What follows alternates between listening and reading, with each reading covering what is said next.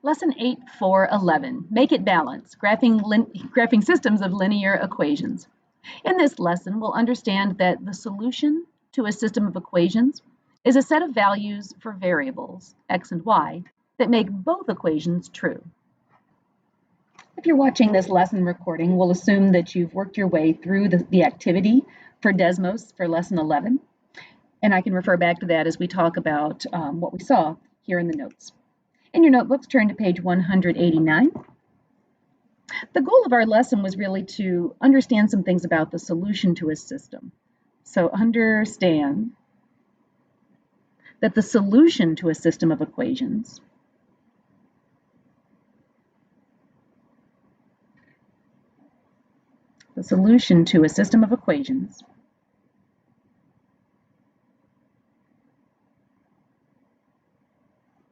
means that you have values for x and y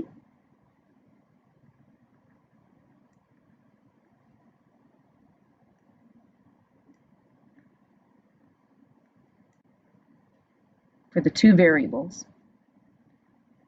And those might come together as a coordinate on a graph, x and y.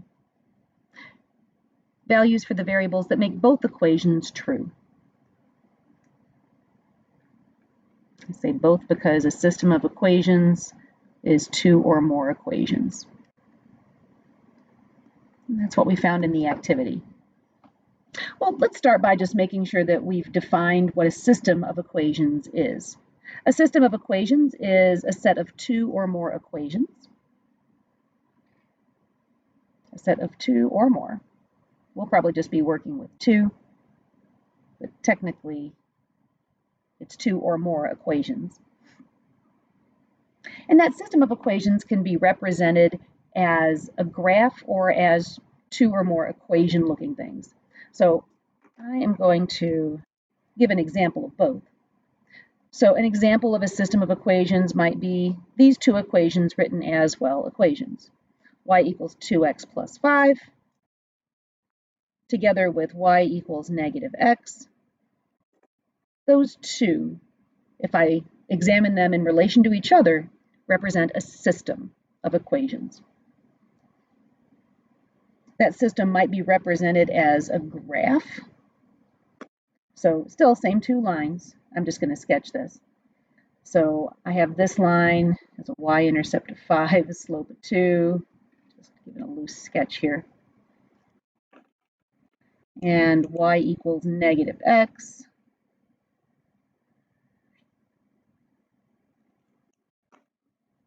We like the graphs a lot because it's easy to tell what the solution to a system is by looking at where those two lines intersect.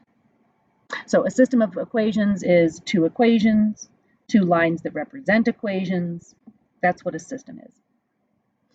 For some facts and characteristics, in the activity, we saw some special situations with these lines and realized that a system of equations may have no solutions or infinite solutions.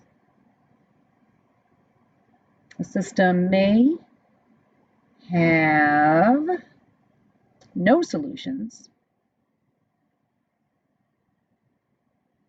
And on a graph, no solutions would look like two parallel lines. Let me just sketch that real quick. So no solutions, if I'm looking for where they intersect and they're parallel, that means they're never going to intersect. There are no solutions. And a system of equations may have an infinite number of solutions.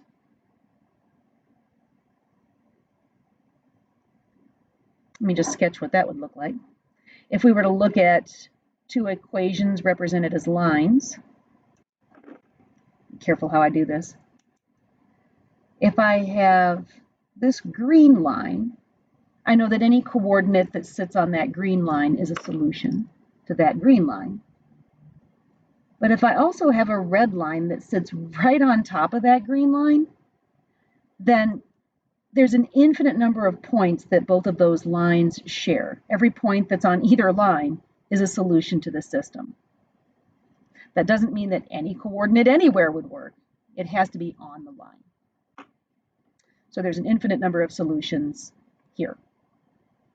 And finally, I want to be clear about what the solutions of a system are. We'll talk more about the solutions down below, but I'm not going to do non-examples. Let's cross that out and talk about solutions. The solutions to a system, if we're talking about equations, like these two over here, the solution is an x and y value that makes both equations true.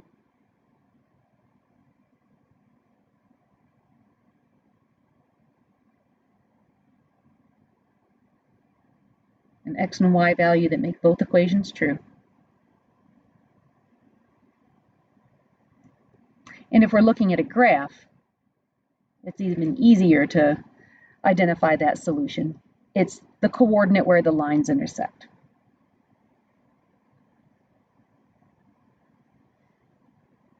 So we still have an x and a y value. It just comes together as a coordinate on the line. The coordinate where the lines intersect.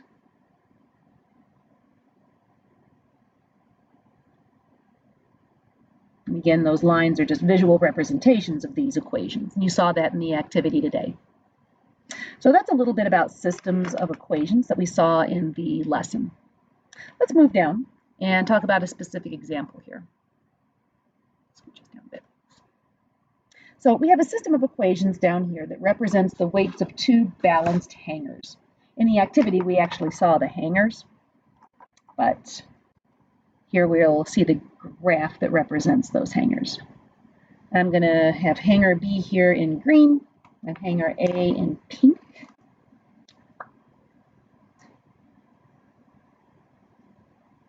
There's an infinite number of solutions on that pink line, an infinite number of solutions on that green line, but there's only one point where they intersect.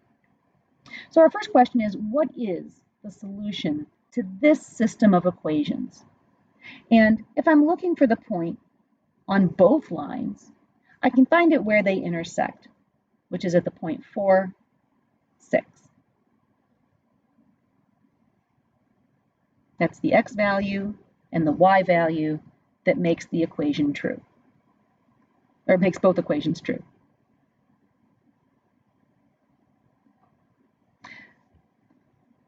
So what does that solution tell us about the hangers that are represented by these equations? Well, it tells us that the equation will balance when x is 4 and y is 6. And I'll show you that in just a moment. The hangers will balance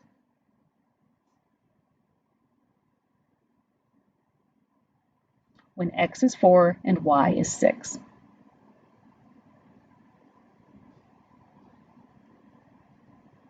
And I get those numbers straight from the x and y parts of that coordinate. So I'm going to take this equation and just verify that those x and y values will make the equation true. It would make the hanger balance. Let's start with hanger A. That equation was 2x plus 2y equals 20. Let me scooch up a bit.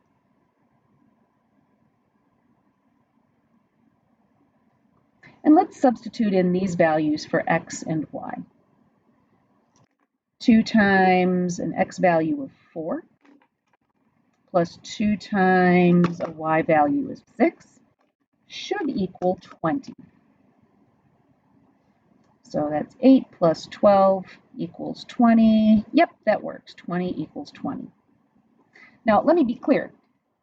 That means it's a solution to this pink one, but it's not a solution to the system unless we can also show that those same two values will make the green equation true.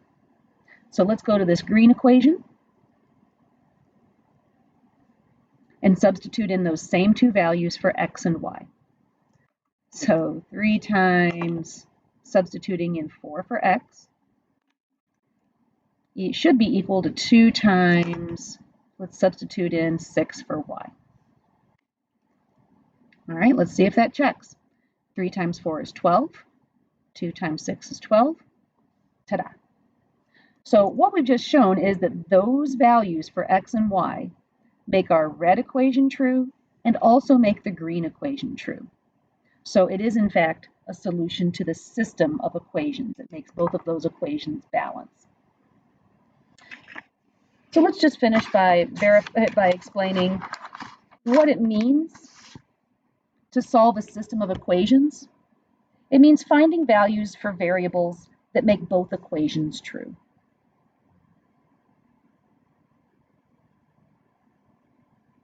Finding values for variables x and y that make both equations true.